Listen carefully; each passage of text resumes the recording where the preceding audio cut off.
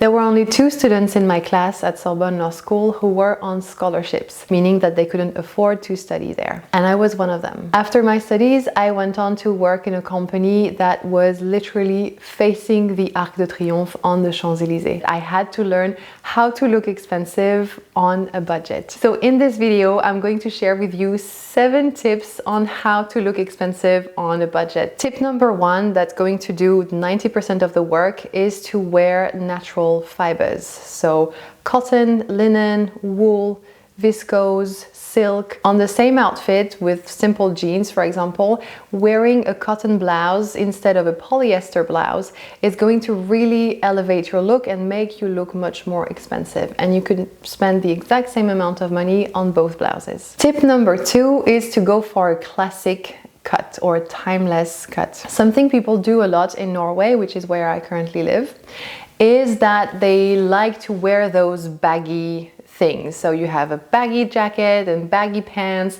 and everything is just wide. Although that can look expensive if you're going for that kind of fashion, it will only look expensive if the materials are expensive. And the mistake that a lot of Norwegians make is that they buy those very wide pieces of clothing, but made out of polyester or cheap materials. To give you an example, these 2 suit jackets are made almost of the same amount of polyester. The one on the right is made from 78% of polyester and the one on the left is made from 74% of polyester. And you can see that although these 2 are made almost of the exact same material, the Claudie Pierlot one looks much more expensive because it has this very classic cut. It's very close to the body. It enhances the shoulders, it enhances the waist, whereas the H&M one is much more sloppy. It's much more straight. It doesn't really hold itself. Tip number 3 is to always wear real leather, and that is so important. Believe it or not, leather is actually not expensive, and the reason why we spend a lot on leather products is for the brand. A channel I love to watch is the one of Tanner Leatherstein. He literally rips apart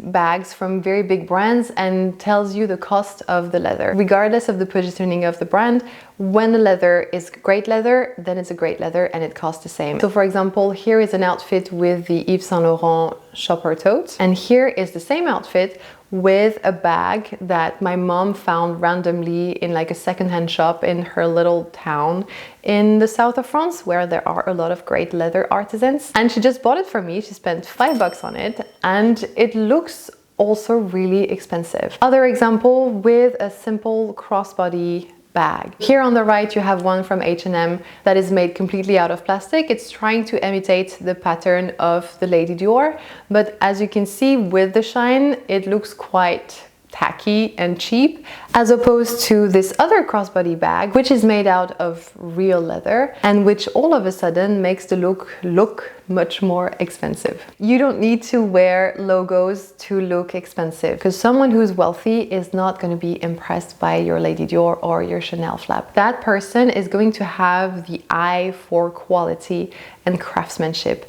That person is going to be able to tell a good cashmere from a bad cashmere, a good leather from a bad leather. To their eyes, you're going to look much more expensive on a budget if you have beautiful pieces than if you have logos. And that doesn't mean that you should never wear logos. Obviously, like I love Saint Laurent and I find that Chanel has also a beautiful brand. But if you want to look really expensive and not just, you know, new rich and you got a big salary and you spend all of it in branded things every month, then you should wear your logos with tact, with delicatesse. For example, something that we see a lot are those Van Cleef bracelets. People who wear them tend to wear them literally like all over. Something that you'd want to do if you want to do expensive in the French way is to just have maybe just a bracelet or just a necklace, but everything else, or rather nothing else, is branded. Tip number 5, and another way to look expensive without spending anything, is to be mindful of how much skin you're showing. And I wondered if I should put this in the video, but it's actually something that I take into account, because that's something that's going to speak to the kind of taste that you have. As a rule of thumb, if you're showing some cleavage up top, then you shouldn't be showing legs. And if you're showing legs, then you shouldn't be showing cleavage. You can think a bit of your body as like a Dior advanced calendar. You see the shapes, and maybe sometimes you have already opened like a box. So like, for example, you're showing the back and that's the box that you've opened, and you know that it's going to be beautiful what you're going to find in the other boxes, but you can't see it. Tip number 6 is makeup, because makeup does matter in the way that you're going to look expensive on a budget. You don't need to spend a lot of money on your makeup, but you should stick to the no makeup type of makeup. Makeup shouldn't really be visible. A lot of French women actually choose to wear BB creams or CC creams instead of foundation that they find have too much of a coverage and therefore don't look natural. So as a French woman, for example, it's perfectly fine to show some of your freckles or a bit of the texture of your skin under your CC cream or under your foundation. It's better to show the natural parts than having too much of a coverage that makes it look cardboardy and therefore cheap. Lipsticks or bronzer or highlighters, those things you can find very good things in cheap stores as soon as you know how to find your color. And the only thing that I spend a bit more money on is the foundation, because you wear it the whole day and it's good when it matches your skin, and I have a sensitive skin. Nails are also really important if you want to look expensive on a budget. You need to pick the right shape of nails and the right color. So the kind of shapes that you're going to go for are going to be generally quite short, and if they're long, they should be almond shaped. So nothing pointy, nothing squared. These are not considered expensive or elegant looking by French standards. And in terms of colors, you should stick to a very natural tone color palette. And the good news is that regardless of the color, the nail polish is going to cost the same if you go to H&M or if you go to Normal or Target, I imagine, in the US. Tip number 7 is sort of like a big bag of, or rather a big bag, I don't know, but it's a bag of like the last tips that are really useful that really couldn't fit into one category. The first thing that's going to change everything in how expensive you look, it's stupid as heck, but it's to iron your clothes. If you're lazy like me and you don't like to take out the whole thing to iron the clothes and like put the thing and then it falls and blah blah blah, go for a steamer. I literally have a $20 steamer that I just like take out, plug next to the racks where I have my clothes, and I just...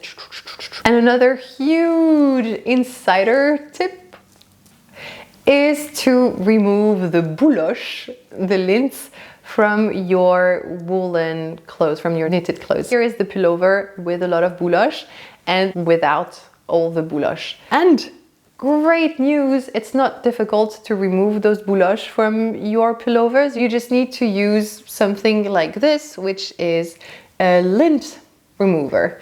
And it's just like a little shaver that just goes over the fabric and removes all the bouloche like really quickly. I have to tell that to my dad because he wears his pullovers with like all the bouloche everywhere. It's really bad. And then finally, where to shop to get cheap things, because to be honest, I don't shop a lot at like big retailer stores like, you know, H&M, because they have tons of things that are made super fast in terrible conditions, in terrible materials. It's not really like it. We all know that it hurts our planet immensely to make all of this fast fashion, and it's too expensive for the quality that you get. What I do rather is that I buy either during sales, so I save my money, I know, so much control.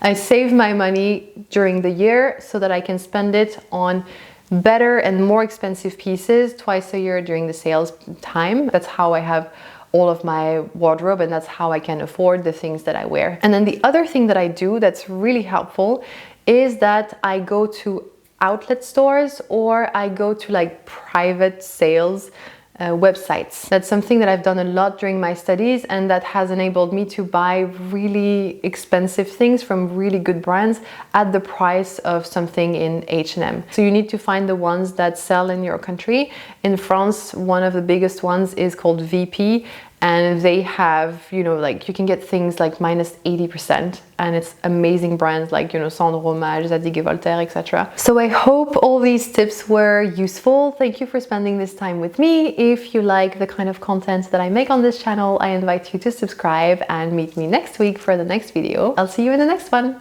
À bientôt!